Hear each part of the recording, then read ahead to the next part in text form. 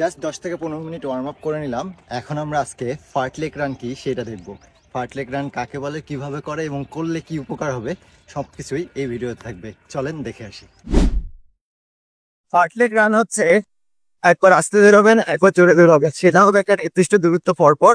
সেটা আপনি করতে পারেন ডিস্টেন্স মেনটেন করে কিংবা টাইম মেনটেন করে। ধরেন এখন আমি জোরে বেরোবো,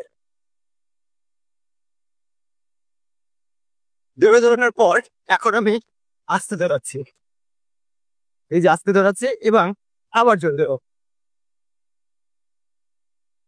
এটাকে আপনারা লম্বা সময় করতে পারেন। ধরেন 1 মিনিট জোরে বেরোবেন, 1 মিনিট স্লো বেরোবেন, আবার 1 মিনিট জোরে বেরোবেন, আবার 1 মিনিট স্লো বেরোবেন। এভাবে আপনি আপনার ফার্টলেক রানটা করতে পারেন।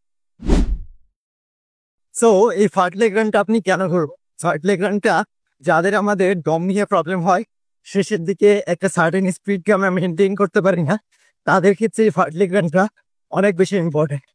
আপনি যদি রেগুলার সপ্তাহে একদিন এই ফার্টলেক রানটা করেন, তাহলে আপনার শেষের দিকে যে পিসি নিয়ে প্রবলেম হয়, দুর্বল হয়ে যায়, সেই ক্ষেত্রে সেই প্রবলেমটা অনেকটাই কাটিয়ে উঠবো। সো আপনার ফার্টলেক রানটা আপনার ট্রেনিংয়ে অ্যাড করুন এবং দেখা হবে নেক্সট ভিডিওতে।